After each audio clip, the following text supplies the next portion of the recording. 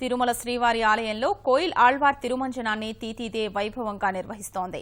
తెలుగు సంవత్సరాది శ్రీ హేమలంబి నామ సంవత్సరం ఉగాది పర్వదినాన్ని పురస్కరించుకుని ఆలయాన్ని శుద్ధి చేస్తున్నారు.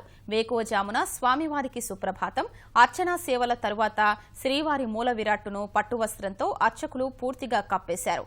నాముకోపు, శ్రీచూర్ణం, కస్తూరి పసుపు, పచ్చాకు, గడ్డకర్పూరం, గంధం పొడి, కిచీలిగడ్డ తదితర సుగంధ ద్రవ్యాలు కలగలిపిన పవిత్ర జలంతో ధ్వజస్తంభం వద్ద ప్రదక్షిణంగా వెళ్లి ఆలయ శుద్ధి కార్యక్రమాన్ని మొదలుపెట్టారు. ఆనంద నిలయం, బంగారు వాకిలి ఆలయంలోని ఉపదేవాలయాలు, పూజా సామాగ్రి తదితర అన్ని వస్తువుల్ని శుభ్రపరుస్తున్నారు. ఆలయ శుద్ధి అనంతరం స్వామివారిపై కప్పిన వస్త్రాన్ని తొలగించి ప్రత్యేక పూజ, నైవేద్యం సమర్పించి మధ్యాహ్నం 12 గంటల నుంచి సర్వదర్శనం ప్రారంభిస్తారు. తిరుమంజన ఉత్సవం సందర్భంగా మంగళవారం స్వామివారికి నిర్వహించే అష్టాదళ పాద పద్మారాధన సేవను తీతీదే రద్దు చేసింది.